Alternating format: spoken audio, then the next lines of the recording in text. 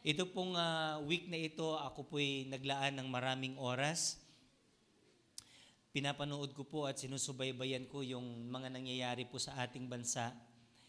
At ako po'y na-shock sapagkat nakakita ko, na-realize ko yung corruption ba? Papaano gumagana, umaandar yung corruption sa ating bansa. At nakita ko din kung papaano inilustay ng mga iilan ang kaba ng bayan. Kung papaano po ito pinagsamantalahan. At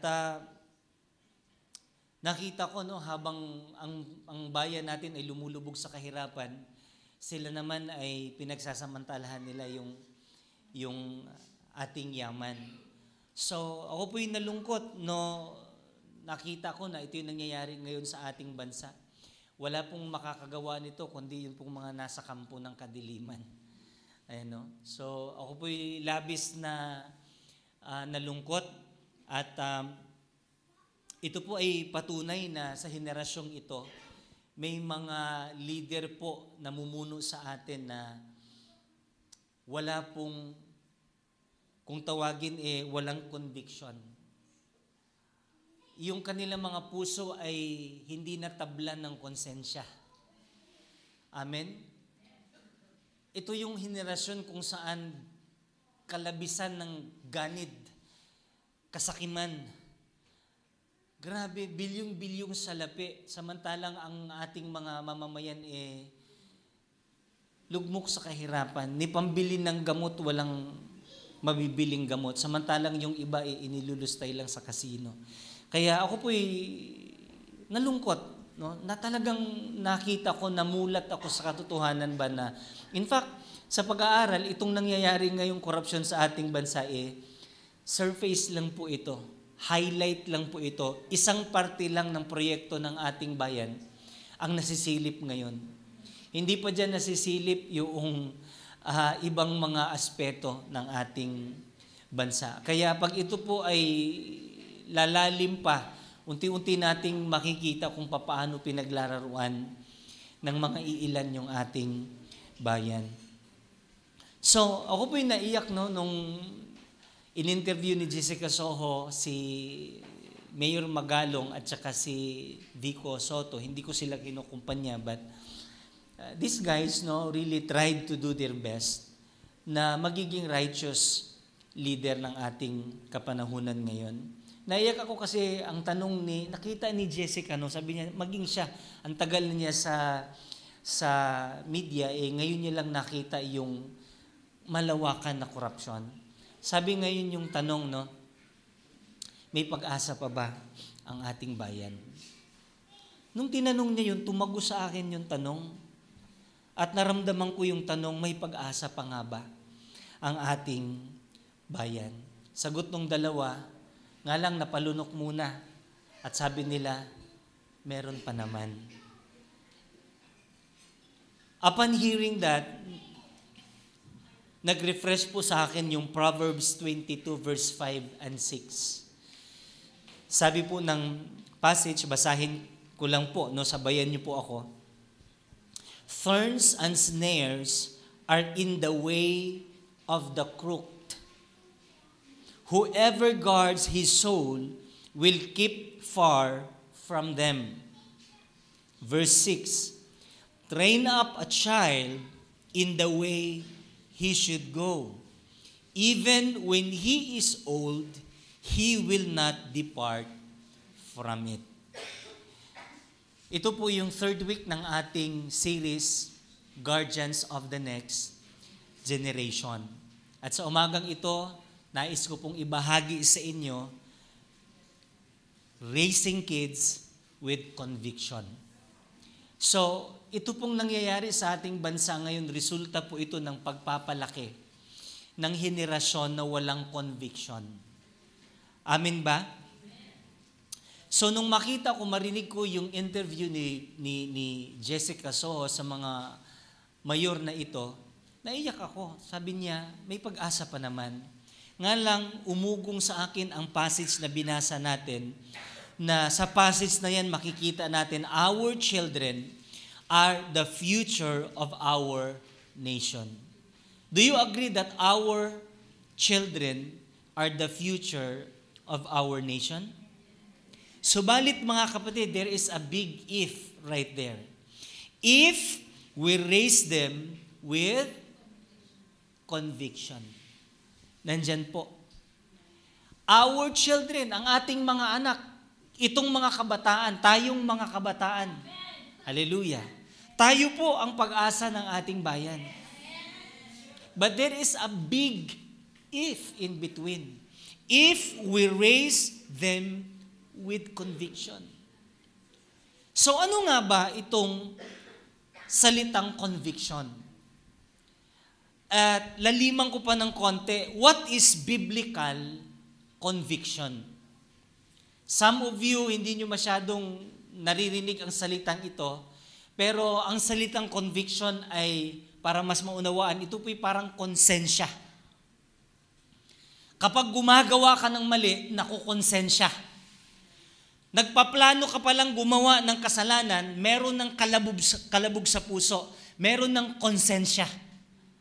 Subalit itong ating mga politicians at mga iilang tao na nananamantala ng ating bayan, walang konsensya. Wala ng conviction. So ano nga ba ang biblical conviction? Ang biblical conviction is a firm, spirit-shaped persuasion of truth. Persuasion of truth. Ito yung pang-aakay ng katotohanan ba? Pang-i-influensya ng katotohanan. From God's Word that governs our choices, regardless of pressure or consequence. In other words, ano pa man ang kinakaharap mo, anong tukso man ang kinakaharap natin, merong tinatawag na persuasion of truth. Katotohanan, ang lagi mong batayan, yung salita ng Diyos. And from there, malinaw sa iyo ang pagpili ng tama at saka mali. Merong malinaw na katotohanan ba? You are founded with the truth, and because of that, okay, hindi mo pipiliin yung mali. At mas pipiliin natin yung tama kahit mahirap. Bakit? Dahil meron tayong tinatawag na conviction or konsensya. Ang sabi ng Bible kasi, ang kanyang law, ang kanyang commandments ay inilagay na sa ating puso. At dapat tayong mga Kristiyano, hindi na tayo nagko-compromise. And what we are happening in our nation right now, may mga politicians tayo, may mga leader tayo na kino-compromise. Wala nang kaba sa paggawa ng kasalanan. It is not just knowing the truth. Ang conviction daw is, it is standing it even when it cost you. Yun daw po yung conviction, na kahit meron pang kapalit, pinaninindigan mo kung ano yung tama. Are you following?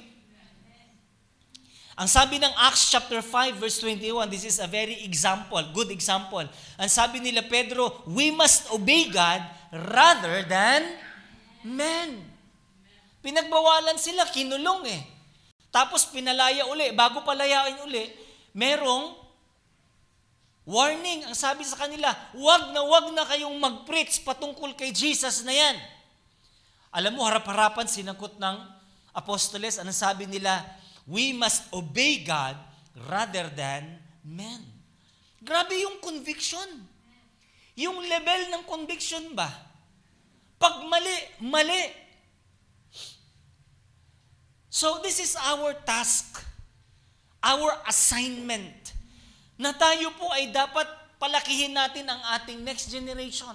Ang ating mga anak particularly, na merong conviction, na alam nila kung ano yung tama at saka mali. Nung unang panahon, madaling hulihin kapag ang magulang nagsisinungaling. Tanungin mo lang yung bata, huli na kaagad yung magulang. Bakit? Nung unang panahon yung mga bata, hindi marunong magsinungaling. Ngayon, hindi naman lahat, pero ang daming mga bata ubod na ng kasinungalingan. Bata pa lang, ubod na ng kasinungalingan. Bakit? Hindi natin naipalaki na merong conviction. Para sa kanila, yung mali, tama. Ang pagsisinungaling, okay lang, normal na sa kanila ang paggawa ng kamalian. And yan yung consequence ng ating bayan ngayon. Nakikita natin what's happening right now. So, sa Bible, merong nagngangalang si Daniel. Siya po'y teenager, dinala sa Babylonia. Pero dahil sa conviction niya sa pagkain, hindi siya kumakain sa mga pinagbabawal. Okay? Meron siyang conviction sa pananampalataya at nanalangin. Nakilala siya bilang isang leader na hindi natitinag. Si Daniel, di ba? Hinulog pa nga siya doon sa may mga lions din. Dahil nga every day, nakikita siyang nagpipray 3 times a day. Tapos ang sabi ng hari sa kanila, huwag kayong sumamba. Itong larawan ko lang. Itong ribulto ko ang ipag-pray ninyo. Hinanapan siya ng mali. Sinilip. Binidyo siya. Sabi niya, hari, tignan mo, 3 times a day, nagpipray, hindi sa'yo nagpipray. Sabi ng hari, malapit siya sa hari, taga-kanaw siya ng kape ng hari, Sabi ng hari, Daniel, mahirapan tayo dito, meron tayong batas, ihuhulog ka doon sa leon. Sabi ni Daniel, hindi ako sasamba kanino man. Hinulog. Bakit? May paninindigan. But because of that, dahil nanindigan siya, naghimala ang Diyos. Amen? Alam niyo, nakita ko ang paninindigan, ang conviction, pintuan para gumalaw ang Panginoon. And because of that, conviction made Daniel stand tall even in a foreign land. Pinromote siya ng Panginoon. Nakita yung kaibahan ng kanyang buhay. Meron pong magandang sinasabi si John MacArthur about conviction. Sabi niya, conviction are not merely beliefs you hold, but they are the beliefs that hold you. Para bagang yung lagi natin sinasabi noon na hindi lang dapat hawak mo yung pangitain, kundi dapat baliktad. Ikaw dapat yung hawak ng pangitain. The same thing with conviction. It is not something that you hold on to. But the conviction itself must be the very thing, the very principle that is controlling you, holding you. Na hindi tayo makagalaw without this conviction. Ang sabi ni Martin Luther, my conscience is captive by the word of God. Ang salita ng Diyos ang nagiging batayan, nagiging guidance ng kanyang buhay. Captive. Dapat tayo po ay alipin ng prinsipyo ng Diyos. Alipin sa katotohanan. Kapag tayo ang ating mga puso, alipin sa katotohanan ng salita ng Diyos, meron tayong paninindigan. Meron tayong conviction. So the challenge today is to grow our children, to raise our children with conviction rooted in God's Word. But the question is, why we should be doing this? So kanina, pinakita ko sa inyo, ito na ngayon nangyayari sa ating bansa. Now, don't get me wrong, wala akong pinapanigang politician sapagkat ang paniniwala ko, walang politiko na makakapag-solve sa ating problema. It takes righteous governance to change this nation. Pag pinanigan mo yung isa, gagantiyan. So walang magiging katapusan yung mangyayari sa ating bansa. Yung dati nating presidente, ikinulong, pinahuli. Pag naging presidente itong anak niya, magiging cycle. Walang katapusan, gantihan, hanggang sa dulo ng walang hanggan. Kawawa yung ating bansa. Bakit? Pinalaglalaruan lang tayo ng iilang pamilya. This is not about politics. This is not about, hindi na issue dito yung politika actually. Ang issue na dito, pamilya na lang naglalaban-laban. Wala na silang pakialam sa nangyayari sa ating bansa. And pagsasabihin ko sa tinagal nila sa posisyon, ngayon lang nila nasilip yung mga flood control, mga project na yan. Or ginamit lang ito para meron pa talagang itinago sa likod. Dahil meron pang mas malaking katiwalian. Nasyak ako, naiyak ako, sabi ko, ganito na pala kalala. Tapos yung figure ng pera, na winawaldas lang sa kasino, mga kapatid. Sabi ko, tayo. Kulang na lang, hindi na tayo matulog, hindi na tayo magpahinga para kitain yung 500 isang araw. Samantalang sila. Grabe. Sabi nga nung isang interview, hindi na nga daw nila tinatago yung pera hindi na sa bangko kasi masisilip sila. Hindi na rin magkasya sa vault. Ang tawag ngayon, room vault. Magrerenta ng isang kondo, tapos yung isang kwarto, ipapadlock, doon lahat ipasok yung bilyon-bilyong salapi. My goodness. Iilang tao lang nakikinabang sa pinaghihirapan ng taong bayan. Nanggigigil ako. Ngayon, meron man sa atin dito, kulay pula ako, kulay green ako, ako, sorry. Wala tayong pinapanigan. Pagod na ako sa korupsyon. Pagod na tayo sa politician. Ang nakikita ko na lang pag-asa dito, mga kapatid, kapag nag-disciple tayo. Kapag itong ating next generation, itong ating mga kabataan, turuan natin silang magiging matuwid. And I will be giving you 3 reasons why we should be discipling the next generation, why we should be raising our children with conviction. Because number 1, conviction dedicates their lives to God. Kapag dinisciple natin sila, madedevelop sa kanilang mga buhay yung conviction. At kapag na-develop sa kanilang mga puso yung conviction, yung konsensya, yung takot sa Diyos, they will dedicate their lives to God. In fact, ang sabi ng verse 6, train up a child in the way they should go. Pag tinignan niyo po sa Hebrew yung salitang train up, that is kanak, na ang ibig sabihin sa English word, dedicate. Train up means to dedicate your child.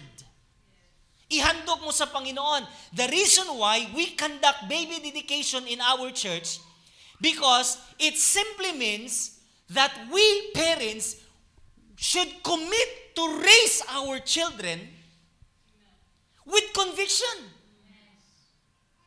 Pag dinedicate natin yung ating mga anak dito sa simbahan o sa Panginoon, hindi po yan Christening. Malayo po yan sa Christening. Yung parang Christening, pagka dinedicate, ibig sabihin, Kristiyano na.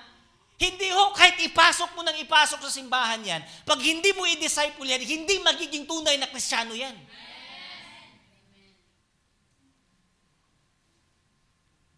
So when we dedicate our children to the Lord, it simply means that you, as parents, you commit to raise up that children to the Lord.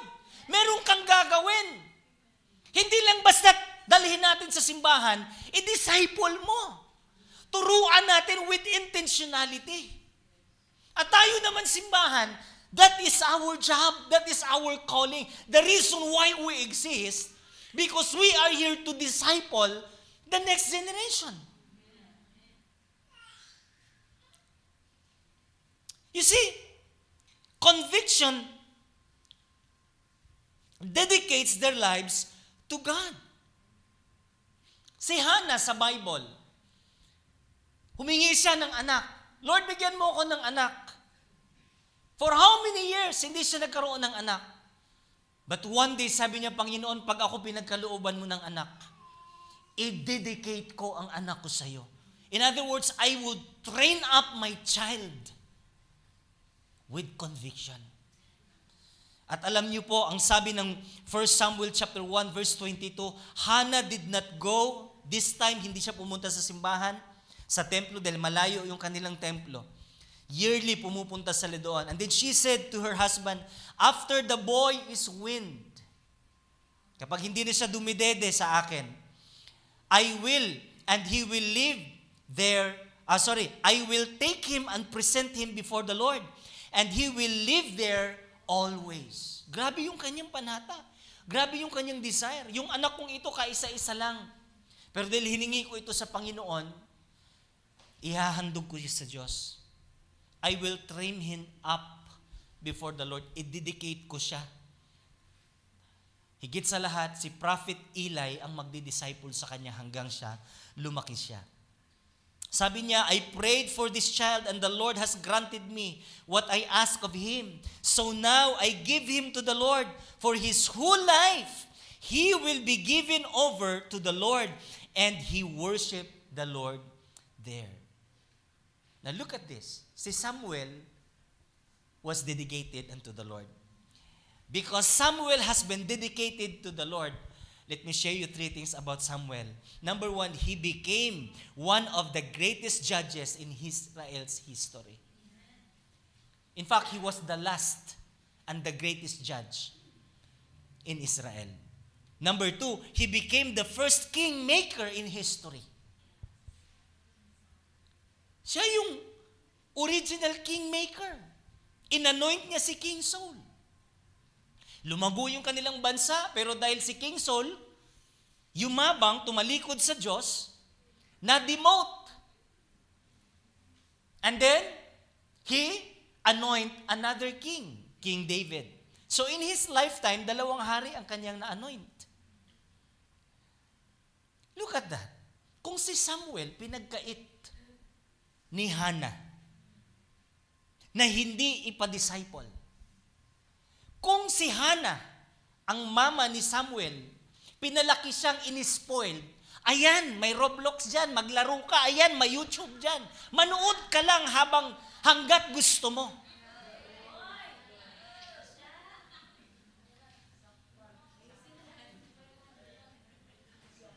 I can't imagine. Walang kingmaker. Walang greatest prophet in the history of Israel. Bago nagkaroon ng hari, siya ang namuno sa buong Israel for how many years? But he was able to do that because he was discipled. He was trained up in righteousness. Walang katiwalian. Bakit? Dahil merong conviction. Buhay ang conviction sa kanyang puso. And here's the second reason why we should be raising our kids with conviction. Because conviction directs their paths towards God. Yung conviction, parang, ano tong conviction eh? Parang Google Map. Parang compass. Diba? Pag naliligaw ka, open mo lang yung Google Map, mapupuntahan mo yung lugar na pupuntahan mo. And I think the same thing with our children.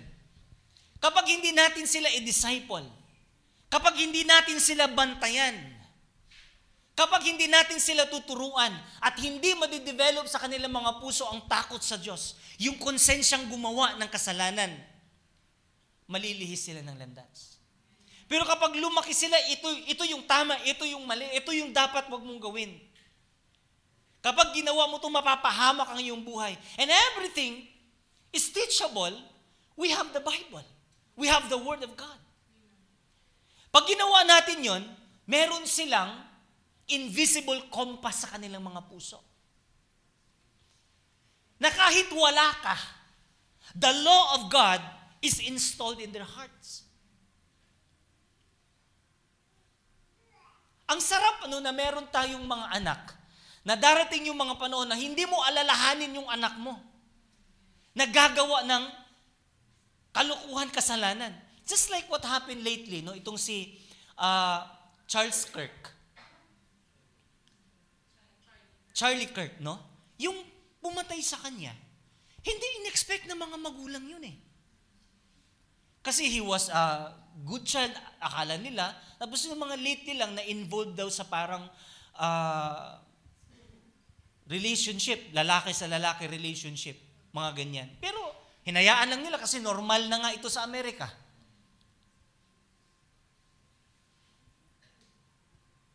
And all of a sudden, yung anak pala nila ang gumawa ng krimen. That's very shocking. Naakala natin yung ating mga anak ba? Nag-a-assume tayo na okay sila. Tama yung kanilang prinsipyo sa buhay. Na may konsensya sila pero yun pala wala. So we should be intentional. Amen? Na di baling hahantong sila sa bagay na yun, nagagawa sila ng kalukuhan, ang importante itinuro natin ang katotohanan. Amen? Ang sarap, di ba, na yung mga anak mo, saan man sila, gagabihin man sila, alam mo na ang batas ng Panginoon nasa puso nila. Merong compass, spiritual compass, na nagbibigay ng direksyon sa kanila. Mga kapatid, kapag ang discipline tsaka discipleship, pinagsama mo yan. Di ba sa bahay, meron tayong discipline? Tinuturuan natin sila ng mga disiplina. Tapos on top of that, meron pang discipleship. Tuturuan mo sa salita ng Panginoon. Yung discipline kasi mga ethics natin yan sa bahay eh. Mga kaugalian, mga kultura natin yan. Pero yung discipleship, biblical ethics yun. So kapag meron yan, magre-resulta po ng tama na landas. Matuwid na daan. Kung wala nito, madali silang mawala sa maling impluensya. Mabilis silang maakay ba sa mga mali. Sa Japan, mga kapatid, yung kanilang mga anak, hindi ka agad tinuturuan ng pagbabasa. Hindi ka agad tinuturuan ng ABCD. Tuturuan na lang yung mga yan kapag marunong na silang maghugas ng pinggan, magwalis, okay? Tuturuan na lang sila ng mga academic lessons kapag form na ang kanilang karakter.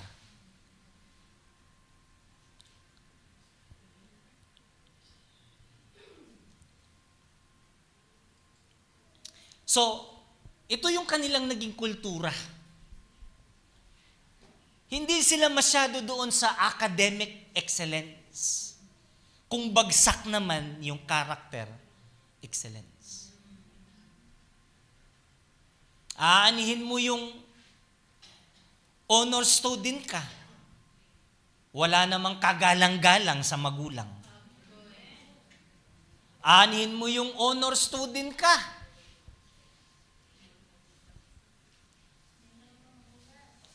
Aanihin mo yung valedictorian ka. Ay, valedictorian pala.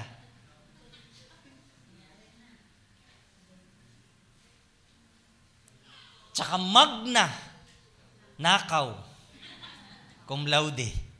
Di ba? Magna cum laude, magnanakaw naman. Aanihin mo yung, kung bagsak naman yung character. So, I love, no?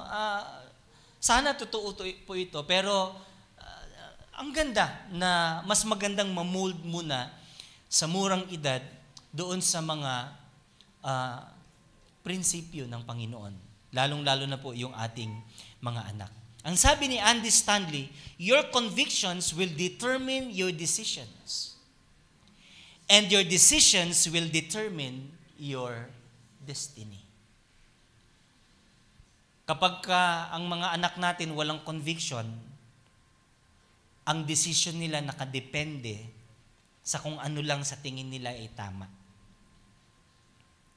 Pero kapag naturuan sila ng maayos sa prinsipyo ng Panginoon, makakapagdesisyon sila ng maayos. Isa sa hinahangaan ko pong pastor na naglilingkod sa Panginoon more than 4 decades, si Billy Graham. Sabi ng history, Billy Graham had a strong convictions even as a teenager about purity and integrity. Maaga niyang nakilala ang Panginoon at maaga siyang naturuan na disciple. Malinaw sa kanya yung conviction bilang teenager when it comes to purity and integrity. The reason kung bakit pinatay itong si Charlie Kirk, kasi pinaglalaban niya na tama ang purity, tama ang no sex before marriage. At maraming nagalit sa kanya. Pinaglalaban niya kung ano yung nasa Biblia at maraming nagalit sa kanya. I tell you, if you stood or if you stand with the truth, with your conviction, people will be against you. Pero kapag wala kang conviction, you are a friend of everybody. The reason every Pharisees, ang daming nagalit kay Jesus, in fact, pinapapatay siya. Because everybody is against a righteous conviction. So, mga kapatid, iyan si Billy Graham, hanggang sa namatay siya. Isa sa pinakamagandang testimony na naglingkod sa Panginoon, wala tayong nakikitang pangit na kwento. Sapagkat meron siyang paninindigan. Kung tayo man po ay bumagsak, ang mensahe ng Panginoon ay narito para tayo ay ibangon. Amen? Kung tayo ay nagkamali, okay na yon, tanggapin na natin. Pero babawi tayo sa ating next generation. Amen?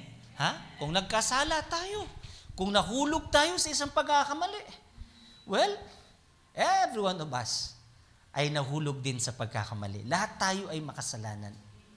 Hindi na natin pag-usapan yan sapagkat tayong lahat ay subject sa pagiging makasalanan. Pero pwede tayong bumawi. Amen? Kung ikaw, kung ako, kung tayo, hindi tayo napalaki with conviction, babawi tayo sa ating mga anak. Babawi tayo sa ating mga kabataan dito sa church. Amen ba, mga kapatid? Hallelujah. Palakpakan natin ang Panginoon. Finally, why we should be raising our kids with conviction?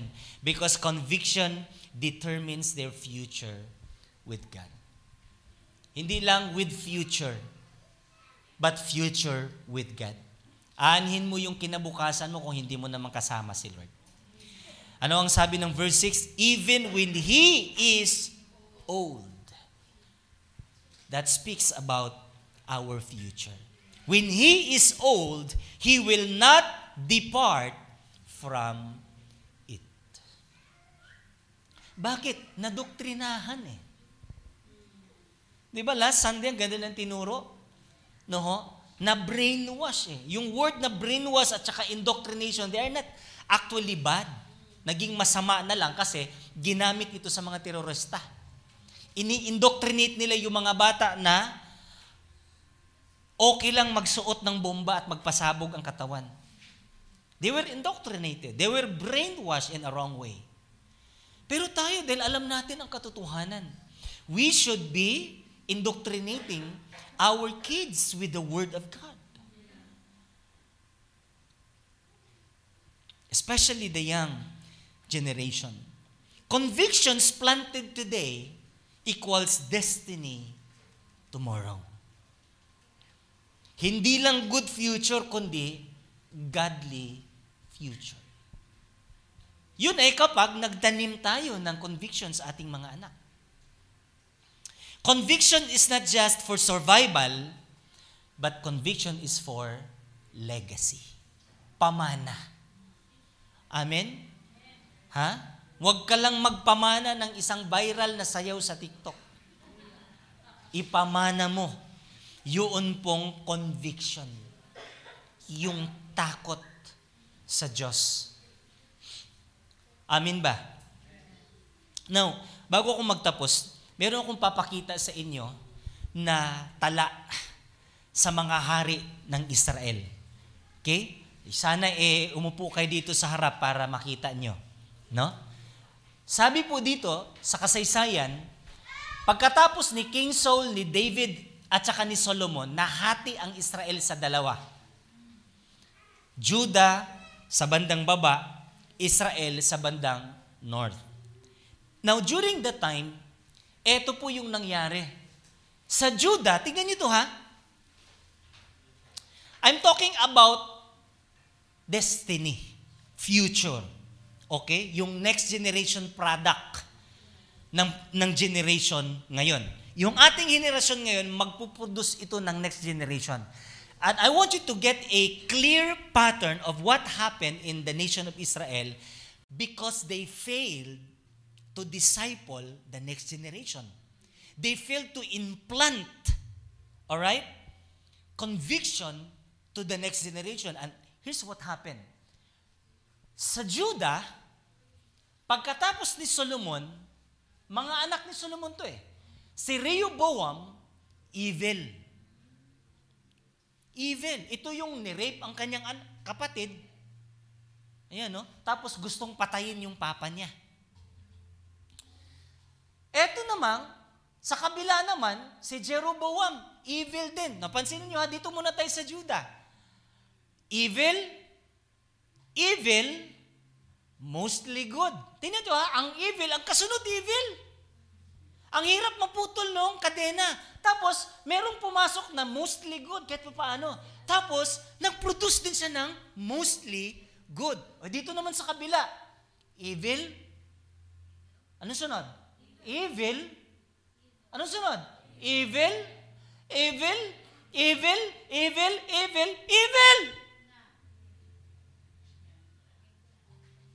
Think about our nation.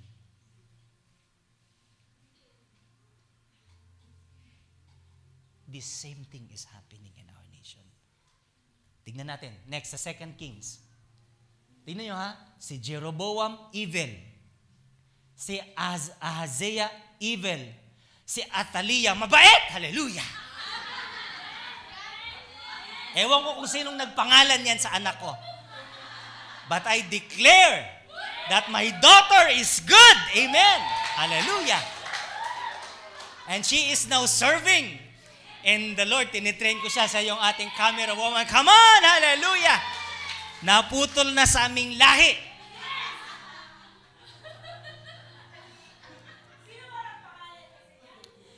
And also, look at this ha. Meron namang si Joas, mostly good. Tapos may sumunod, mostly good. And then mostly good. Tingnan nyo, nakikita nyo? Yung kadena ba? Tapos ayan na naman, tumigil sila sa pagdi-disciple. Andiyan naman si Ahaz, si Hezekiah, medyo good. Si Manasseh, evil. Tapos good na naman. Tapos evil. Tignan nyo yung dito na part.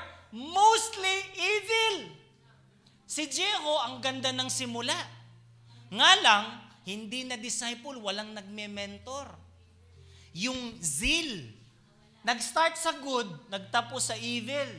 Si Jehoahaz, evil, pero bandang kalaunan, nagsisi, naging good naman. Nga lang, medyo bandang dulo na tumino, hindi nakapag-disciple. Ang na-produce, evil,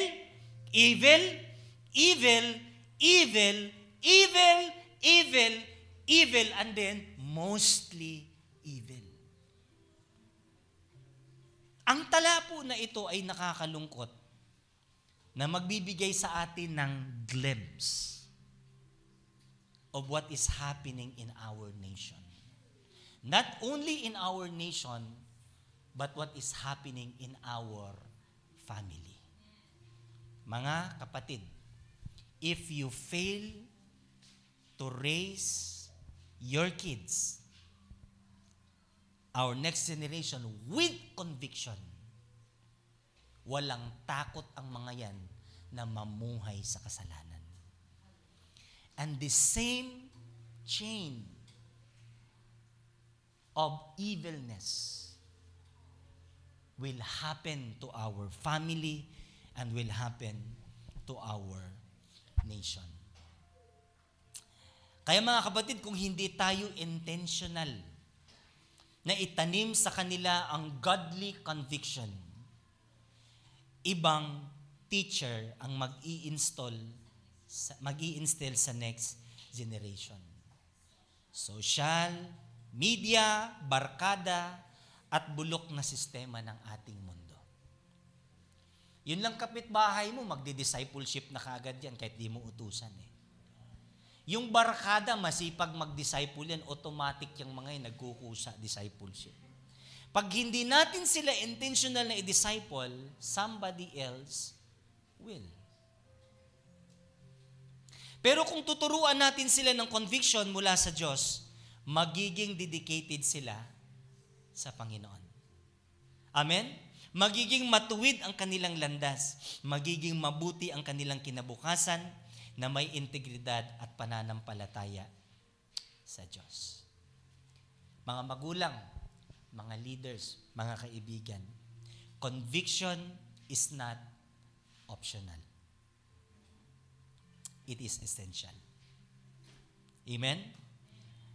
Raise the generation with convictions rooted in God's Word, and they will not depart from it.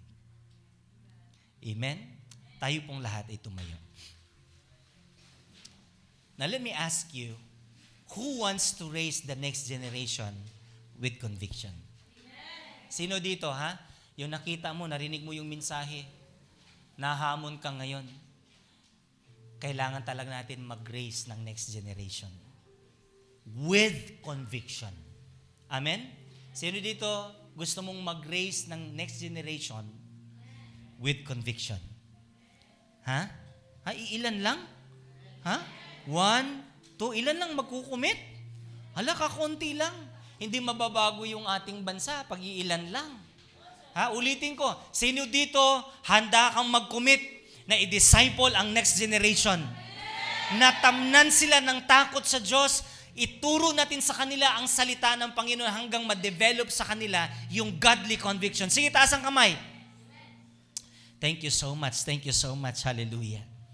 Marami pong salamat. But here's the problem. We cannot raise them if we don't have them. Let me clarify. We cannot give what we don't have. Amen? Dapat meron din tayong conviction. Dapat malinis na din yung ating puso. Papaano? Number 2, surrender your life to the Lord. Kailangan meron tayo ng conviction. Para mangyari yan, surrender our lives to the Lord. Renew and repent from our sins. And then, i-renew natin yung ating relasyon sa Panginoon. Sakali mang nalihis ka ng landas, nanlamig ka sa Panginoon, it's time to repent. And maybe you are first time in our church. Thank you for showing up. May the Lord bless you.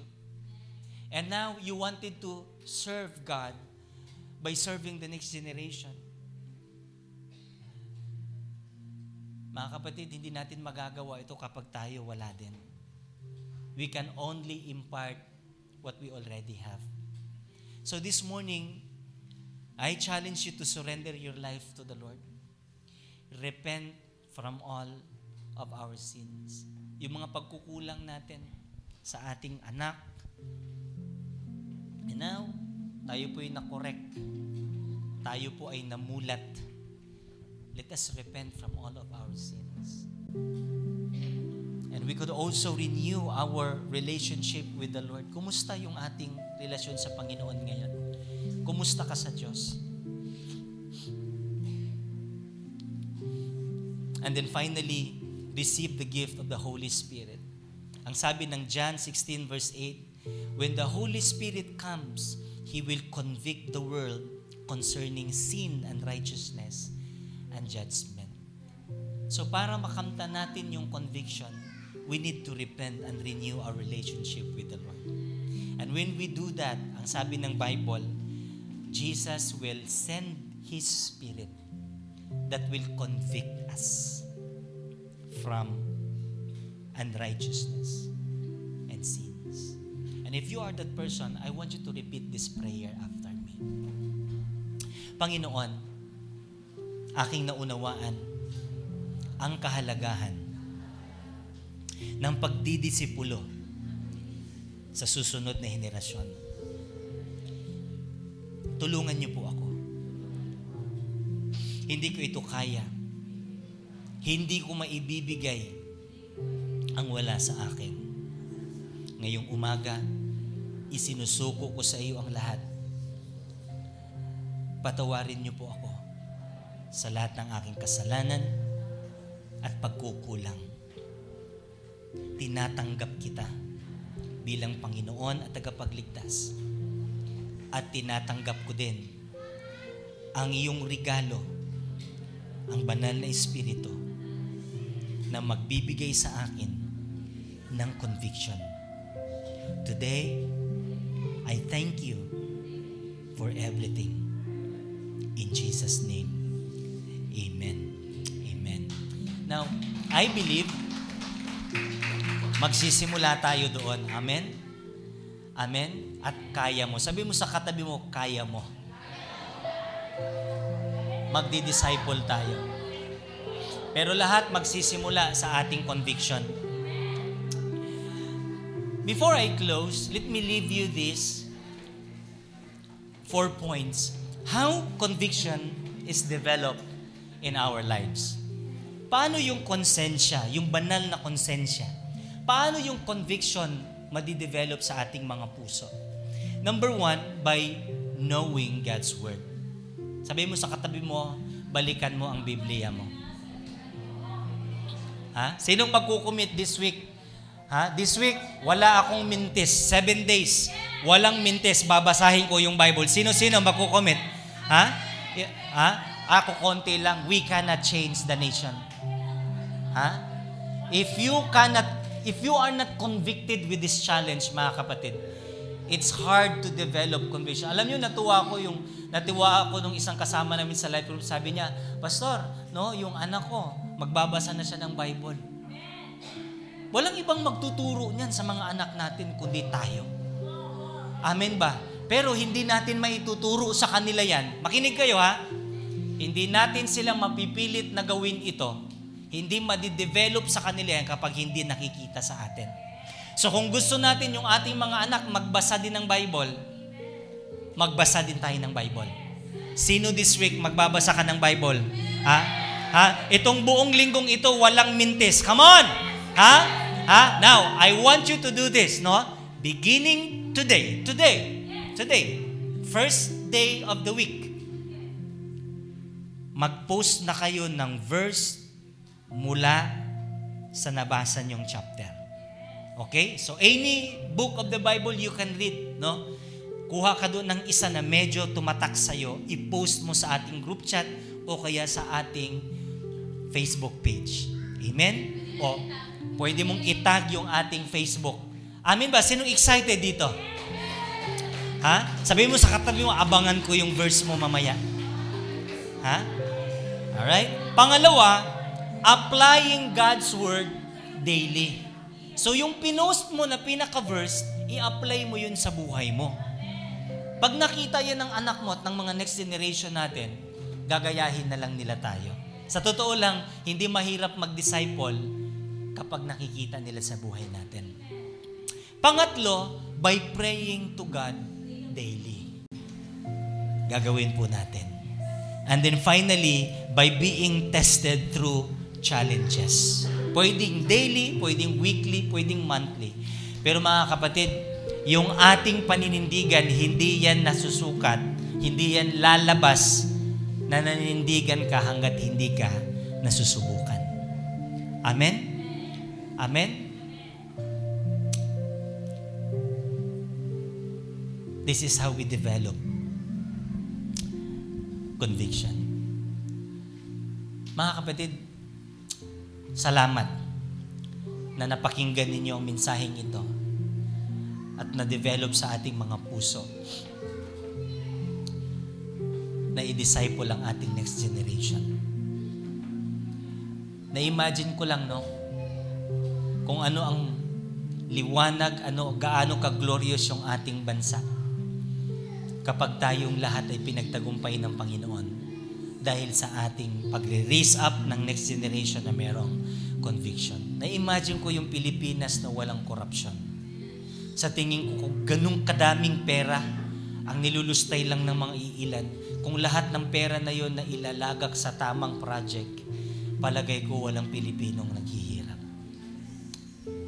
Kaya nakita ko na aninag ko, may pag-asa pa. Amen? Sabi mo sa katabi mo, naniniwala ka bang may pag-asa pa? Ha? Ang pag-asa ay nagsisimula sa atin. Ha? Magtanim tayo ng conviction sa bawat isa. Amen. Amen. Salamat po, Panginoon, sa mensahe na aming napakinggan.